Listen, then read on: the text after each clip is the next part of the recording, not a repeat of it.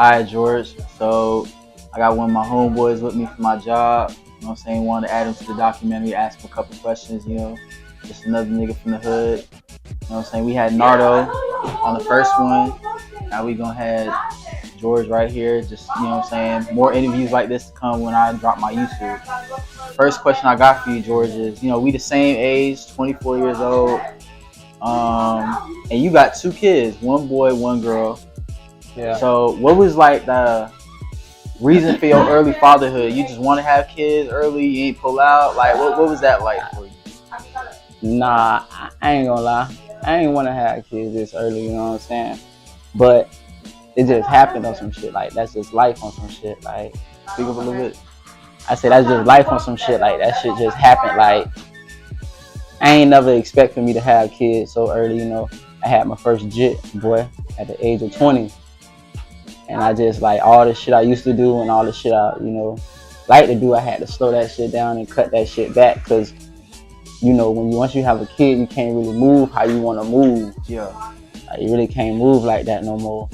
And that really just showed me, like, damn, I kind of messed up. But, kids are blessings. I love my kids. I don't regret them or nothing like that. Oh, for sure. Just had them a little too early, in my life to do everything that I wanted to do. Yeah, and that second part of the question was, you feel like some of your youth or even some of your life got taken away just by having kids early? Like how you said, you can't really move the same. So you feel like, damn, like, I can't really, like, go out and club, keeping it 1K. Keeping it 1K, yeah, that's what it is. Because now you strapped down, you can't really. Yeah, you gotta be the man and the father of the whole household. Keep it 1K. When you have kids, you basically like when you getting married. You know what I'm saying? On some shit like, once you get married, you can't do.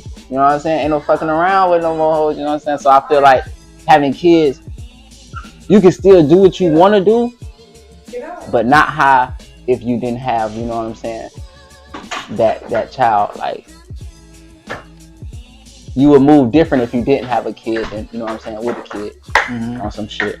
So, talk to me about your, you know what I'm saying, your path. I ain't gonna say really too much your criminal path to the shit, you know what I'm saying? As a jit, you just bust up and get into, you know what I'm saying, jacking cars and all that shit. Like, talk to me about jail, why you really did what you did. Was it just easy money? You just wanted to hit a lick?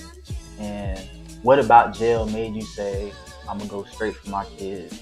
Just do the right thing now. Well, I mean, when I was locked up, I ain't had kids. Okay. I was 18. I mean, I only got locked up one time. I was 18, man.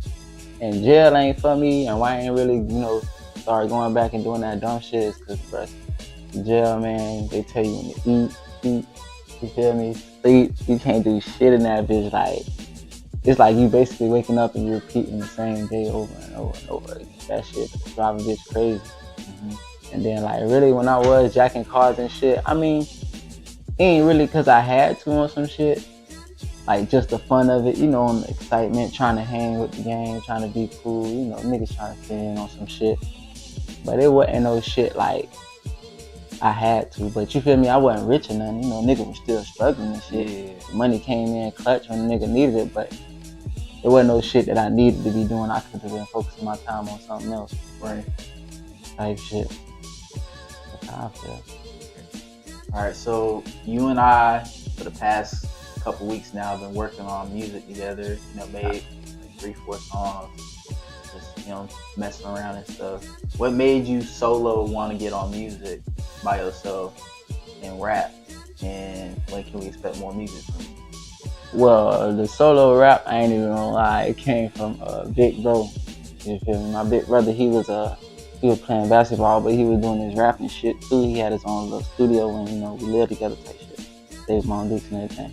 He used to have his own little studio and he used to put me in a little stew with him. Okay. And try to rap with him and shit. Yeah. So that just got me on some rapping shit. But over the years, I never really like went for the shit like as solo by myself. But it's like, I feel like now it's time for a new change and for me to really just get out my comfort zone and go for shit like anything or some shit. But I feel like I can really do something with this rapping shit. Everybody doing something with it. Why I can't, you feel me? Gotta stand out, make yourself different. Yeah. What made you want to do this shit with me though? Man, I ain't even gonna lie. You a lyrical type of nigga, and then you already work with me. You feel me? Plus, you feel me? I feel like we got a vibe on some shit. And then we all like on the chemistry. Yeah, we all on the same type of mindset on some shit. Yeah. So I feel like I should surround myself with that type of niggas. You like-minded people to help you grow. Exactly. Yep. So my fourth question for you is, name some things that fatherhood has taught you about yourself as an individual, or as a man. It can be either one. Fatherhood, man. It didn't taught a nigga a lot. Like, it taught me you gotta have really like patience. You feel me? Like, you really gotta like have patience with these kids. Like, it'll teach you. You can't just be so quick with shit. You gotta really sit down and look at shit. Like, just really on some shit. Like with me, that's all it really taught me was patience. Cause I don't think I learned anything else. Like, the experience of it is fun, you know, getting around them, being with them, hearing them talk, hearing them say dad, mama, and shit like that. Yeah. That shit is crazy, but like, I feel like as it teaching me nothing, I don't feel like it taught me nothing but patience. Okay. Fifth question for you, George. You talked to me, I think one time at work, where you was mentioning something about, you know, Jesus come back for black people, you know, and come back for his people. We got really into a whole conspiracy theory rabbit hole. Where did you, as a nigga from like the hood, you don't hear niggas talk about that. Like, what put you onto that stuff? Was it Netflix? You was just on YouTube? And like, how'd you grow up in church to just think, you know, Jesus come back for black people? Because he is, it's in the Bible, but then he's come for a certain group, which is us. Not to throw the rest of y'all off out there. Spoiler alert, but he is. You know what I'm saying? The rest of y'all catch on cool, but he come back for black people. So how did you really come to that conclusion on your own? Well, you feel me? I came to that conclusion on my own because, you know, when you're black and young, you know, everybody go to church. You get taken to church. You know, you learn the Bible a little bit, the basics of that bit. But my stepdad, he was Jewish, you know, so he was learning, you know, all the Jewish ways and Hebrew ways. I don't know too much, you know, but I came to that because, you know, when you read the Bible, but you can't really go off the Bible. But when you read the Bible, it tells you that he basically he black man, yeah. And then, you know, back in the days, black people were slaves. And, you know, let my people go. You feel me? Right. We the only ones held hostage. You feel me? So it makes perfect sense. It's like it's hand in hand, you know.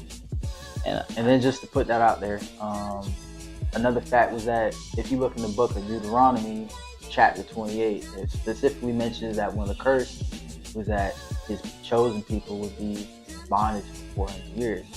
If you put 400 years from that time to us now, it's like 400 plus something years. I don't know the actual math. I gotta look at the actual verse. But what I'm trying to say is, you round that up, that would have been the same exact time black people got out of slavery and started coming on this conscious woke stuff that they've been on lately. So it just makes sense.